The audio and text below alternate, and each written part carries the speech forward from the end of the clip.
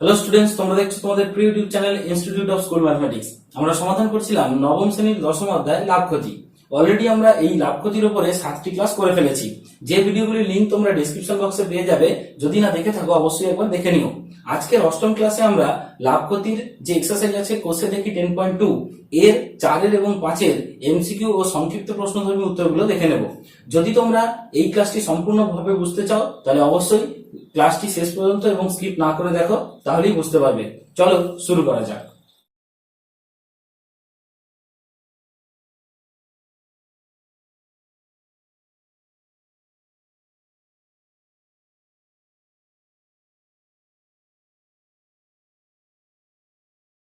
সবার প্রথমে দেখো 4 নম্বরের এমসিকিউ ধরনের প্রশ্নগুলো।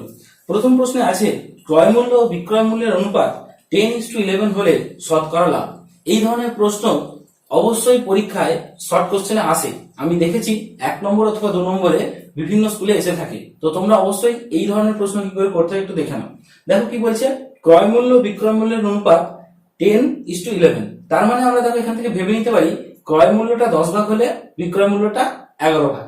এখন এই অঙ্ক করার জন্য আমাদের কাছে যদি আমরা ম্যাথমেটিক্যাল অ্যাপ্রোচে যাই, তাহলে আমাদেরকে এখানে ক্রয় মূল্য ধরে নিতে হয়, বিক্রয় মূল্য ধরে নিতে হয়, একটা বিশাল ক্যালকুলেশনের মধ্যে যেতে হয়। তো আমরা দেখো ছোট্ট করে ব্যাপারটা বুঝে নেওয়ার চেষ্টা করবো, কিন্তু তার আগে ক্যালকুলেশনটা দেখবো, নাহলে ছোট জিনিসটা মনে থাকবে না। কেমন? দেখো ক্রয় মূল্য বিক্রয় মূল্যের অনুপাত দিয়েছে 10:11।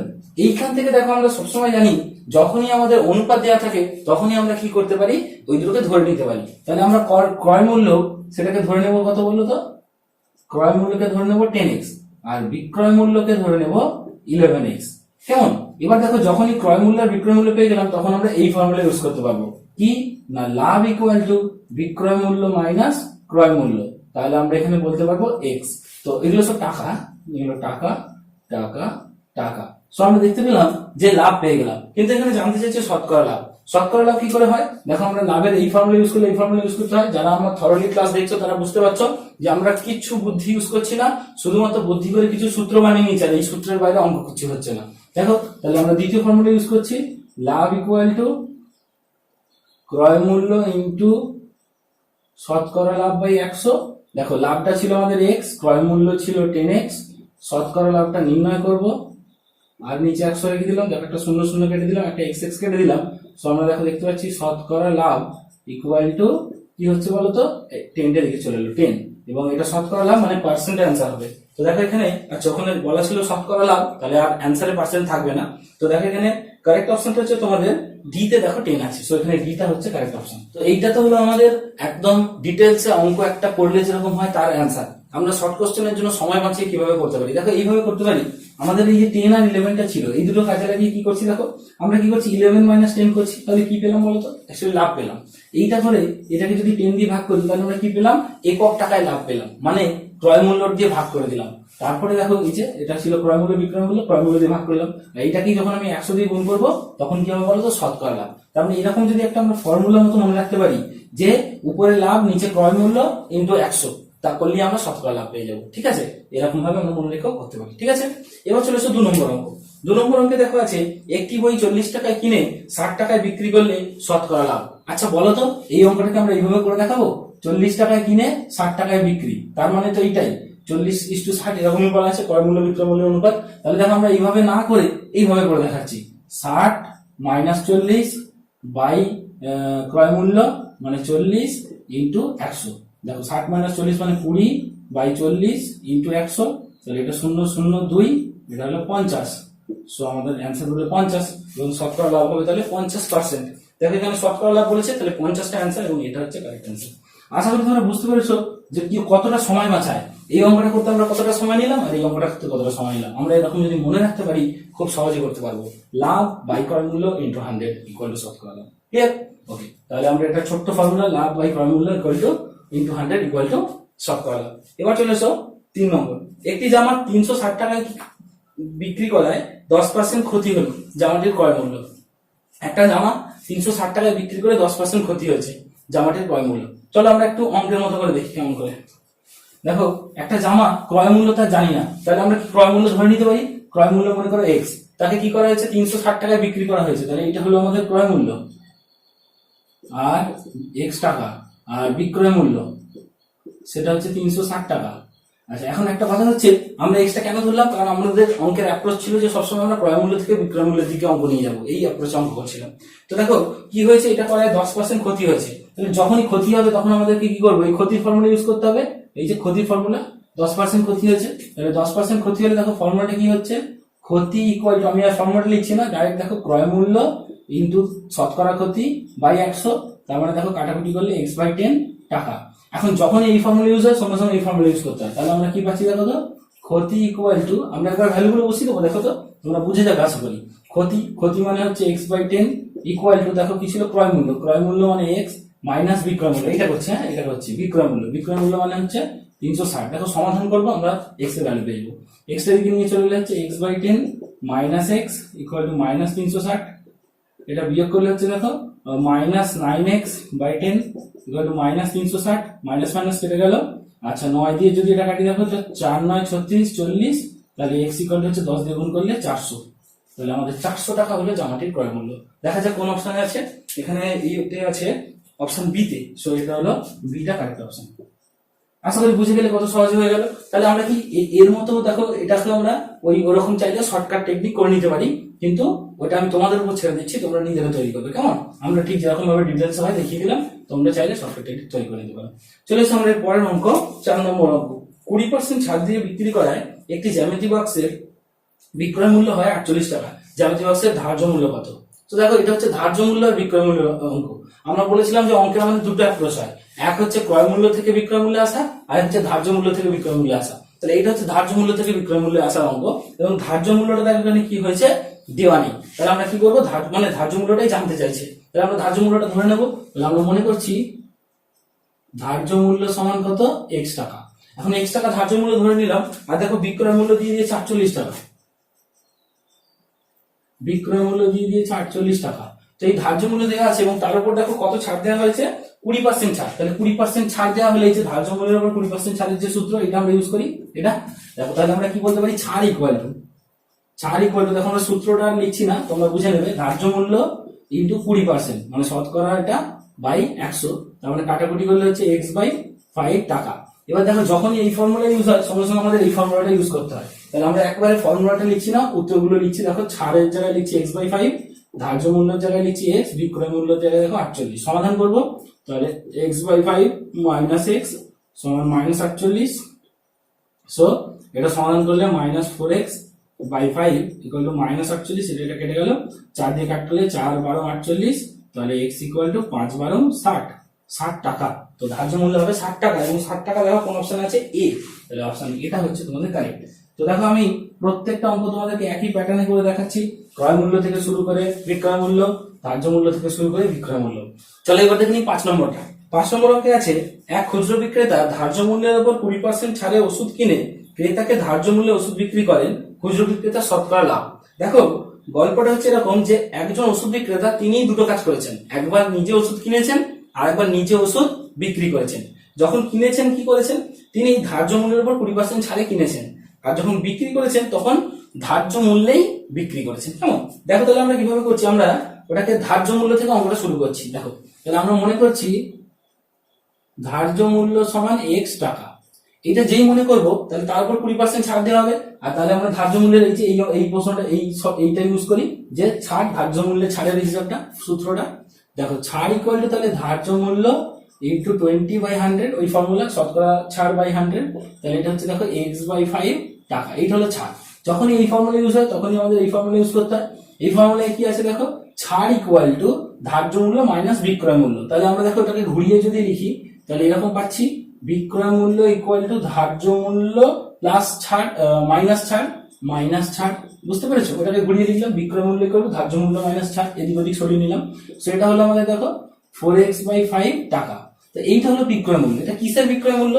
এইটা হচ্ছে যখন ওই ওষুধের দোকানি নিজে ওষুধটা কিনলেন, মানে ওষুধের দোকানি অন্য কারোর থেকে ওষুধ কিনেছেন, যখন উনি ওষুধ কিনলেন তখন যে দামটা ছিল তার উপর ছাড় দিয়ে এই দামে তিনি, মানে যার থেকে কিনলেন তিনি বিক্রি করলেন। তাহলে এইটা হচ্ছে ওষুধের দোকানি যার থেকে ওষুধ কিনলেন তার বিক্রয় মূল্য, আর এইটাই হয়ে গেল তাহলে ওষুধের দোকানির ক্রয় মূল্য। কারণ এরকম হচ্ছে, বুঝতে পারছো? কারণ এখানে একজনই দুটো ভূমিকা প্লে করেছে। তিনিই কিনে এনে তিনিই বিক্রি করেছেন, তাহলে ওনার যে ক্রয় মূল্য সেটাই অন্যজনের বিক্রয় মূল্য, তাহলে এইটাই হলো সেই অন্যজনের বিক্রয় মূল্য যা ওষুধের দোকানের ক্রয় মূল্য। তাহলে আমরা এবার বলবো যে দোকানের ক্রয় মূল্য সমান কত হবে বলতো, 4x/5 টাকা। আর এইখান থেকে তিনি বিক্রি করেছেন, কি করে বিক্রি করেছেন, তিনি বিক্রি করছেন আবার যে দামটা লেখা ছিল সেই দামেই বিক্রি করেছেন, তাহলে দোকানের বিক্রয় মূল্য x টাকা। বুঝতে পেরেছো? তাহলে এই ঘটনাটার পর আবার এটা ঘুরে গেল, তাহলে এখানে কি হলো, লাভ হলো না লস হলো? লাভ হলো। কি করে হলো, আমরা বিক্রয় মূল্য মাইনাস ক্রয় মূল্য করলে কত পেলাম, দেখো আমরা পেলাম x/5 টাকা। আচ্ছা, এখানে যেই পেয়ে গেলাম x/5 টাকা, তাহলে ওনার লাভ হলো x/5 টাকা, কিন্তু এই লাভটা কিসের ওপর হলো? এই লাভটা সবসময় কি হবে, ক্রয় মূল্যের উপর, মানে যে কোনো লাভ হয় ক্রয় মূল্যের উপর, যদি না অঙ্কে বলা থাকে। তো এখানে বলেছে লাভ, তাহলে ক্রয় মূল্যের উপর। এখন ক্রয় মূল্য কত ছিল, এইটা ক্রয় মূল্য ছিল, এটা লাভ হলো এটা। তাহলে শতকরা লাভ নির্ণয় করতে গেলে কি আমরা এই ফর্মুলাটা ইউজ করতে পারি? দেখো তো, ওই ফর্মুলাটা ছিল লাভ, লাভের জায়গায় বসাচ্ছি x/5 ইকুয়াল টু ক্রয় মূল্যের জায়গায় লিখছি 4x/5, আর এটা হচ্ছে শতকরা লাভ বাই 100। দেখো সমাধান করছি আমরা, x কাটছি, 5 কাটছি, 4 দিয়ে এটা কাটলে হচ্ছে 25, তাহলে এদিক ওদিক গুণ করে নিলে কি হচ্ছে, শতকরা লাভ ইকুয়াল টু 25। বুঝতে পারলে? দেখো 20% ছাড়ে কিনে ওইটাই বিক্রি করতে হয়, 25% লাভ হয়ে গেল। ক্লিয়ার? তো চলে এসো আমরা এর কারেক্ট অপশন বলে দিই, অপশন বি। ওকে, তো দেখো কত সহজে আমরা সবকটা অঙ্ক করতে পারছি শুধুমাত্র সূত্রগুলোকে কাজে লাগিয়ে। কেমন? এবার আমরা চলে আসবো 5 দাগের প্রশ্নগুলো। দেখো 5 দাগের প্রথম প্রশ্ন, ক্রয় মূল্যের উপর 20% লাভ হলে বিক্রয় মূল্যের উপর শতকরা লাভ কত? এই প্রথম আমরা একটা অঙ্ক পেলাম যেখানে লাভটা বিক্রয় মূল্যের উপর জানতে চাইছে।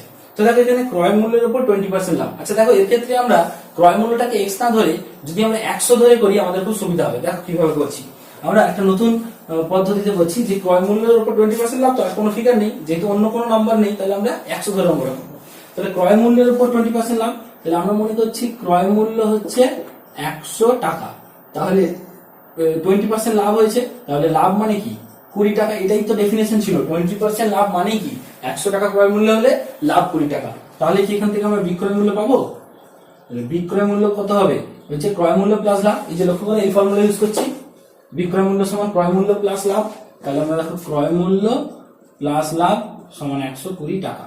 এটা তো হয়ে গেল সমস্ত গল্প, কিন্তু এখানে জানতে চাইছে যে বিক্রয় মূল্যের উপর শতকরা লাভ কত। তাহলে আমরা একটা ছোট্ট নিয়ম বলি পেয়ে যাবো, আমরা এই ফর্মুলাগুলো ইউজ করতে যাবো না, কারণ তাহলে সমস্যা হয়ে যাবে, কারণ এই সব ফর্মুলা ক্রয় মূল্যের উপর বেস করে করা আছে, ধার্য মূল্যের উপর বেস করে করা আছে। তাহলে আমরা শতকরা লাভ করবো, তো তাহলে বিক্রয় মূল্য 120 টাকা হলে লাভ হয় 20 টাকা, 1 টাকা হলে লাভ হয় 20/120, আর 100 টাকা হলে শতকরা মানে 100 টাকা নির্ণয় করতে হবে, 100 টাকা হলে 20 × 100/120। বুঝতে পেরেছো কিভাবে শতকরা নির্ণয় করতে হয়? আমরা এইভাবেই এই সূত্রগুলো তৈরি করেছিলাম, কিন্তু এগুলো অ্যাকচুয়ালি ক্রয় মূল্যের উপর করা ছিল, তাহলে ওই ফর্মুলা কোনটাই ইউজ করতে পারবো না। তো দেখো 0 0 কাটলাম, 2 দিয়ে কাটলাম হলো 6, আর এটা 2 দিয়ে কাটলে 3, 2 দিয়ে কাটলে হয় তোমার 50, তার মানে 50/3। তাহলে এটা আমাদের যদি ভাগ করি তাহলে হবে দেখো 16 পূর্ণ 2/3।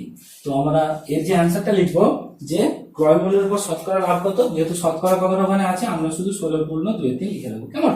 দেখো কত সুন্দর একটা সহজ অঙ্ক, ছোট অঙ্ক। চলে আসো 2 নম্বর অঙ্ক, বলছে বিক্রয় মূল্যের উপর 20% লাভ হলে ক্রয় মূল্যের উপর শতকরা লাভ কত। দেখো আবার ঘুরিয়ে দিয়েছে, চল দেখি কি করে করি আমরা বিক্রয় মূল্যের উপর 20% লাভ দিয়েছে। দেখো তো আমরা এখানেই করে দিচ্ছি, আমাদের বিক্রয় মূল্যের উপর 20% লাভ, তো তাহলে আমরা বিক্রয় মূল্যটাকে 100 ধরে নিই, অসুবিধা হবে? বিক্রয় মূল্যের উপর 20% লাভ মানে বিক্রয় মূল্য 100 টাকা হলে লাভ হয় 20 টাকা, তাহলে বিক্রয় মূল্য 100 টাকা হলে লাভ যদি 20 টাকা হয়, তাহলে ক্রয় মূল্য কত ছিল?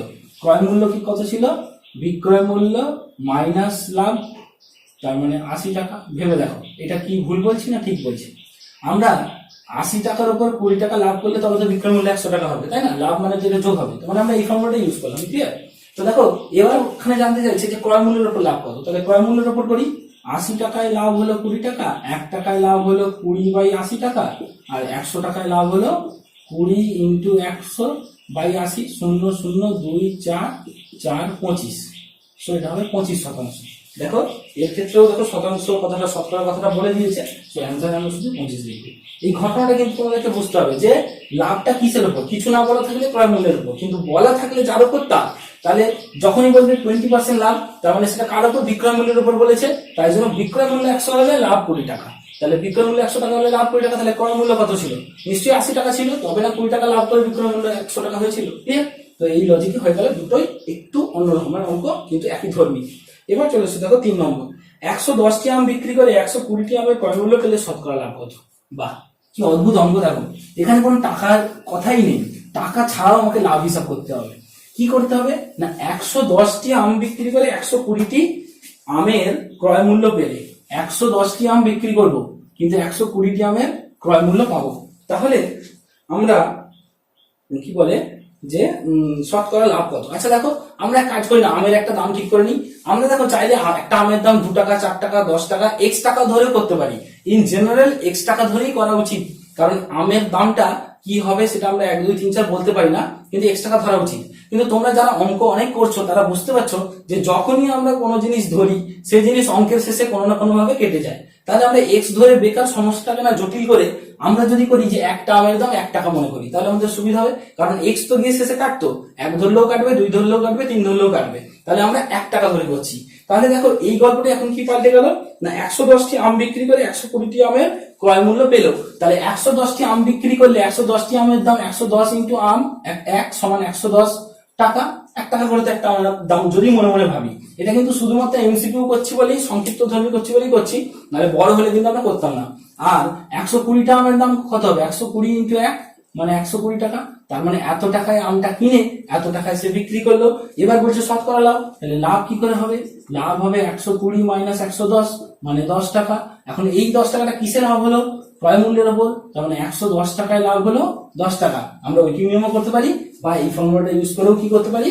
শতকরা লাভ নির্ণয় করতে পারি। তো দেখো, তাহলে আমরা শতকরা লাভটা এইভাবে নির্ণয় করতে পারি। ওখান থেকে যে লাভ হলো 10 টাকা, আমরা ফর্মুলা অনুযায়ী করছি, ওই নিয়ম করতে যাচ্ছি না।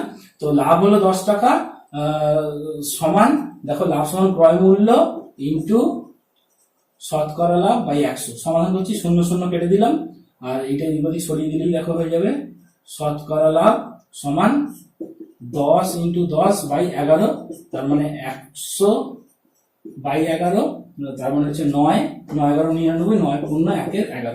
কেমন? তো এইটাই হয়ে গেল আমাদের শতকরা লাভ। আমরা কিন্তু 1 টাকা ধরলাম বলে। এবার দেখো যদি x টাকা হতো, তোমাদেরকে বুঝিয়ে দিচ্ছি। x টাকা হলে কি হতো? এখানে x হতো, এখানে x হতো, এখানে একটা x আসতো, এখানে একটা x আসতো, মানে একটা আমের দাম যদি x টাকা হতো, তাহলে এখানটা কি হতো? এখানে একটা x থাকতো, এখানে একটা x থাকতো, এখানে একটা x থাকতো।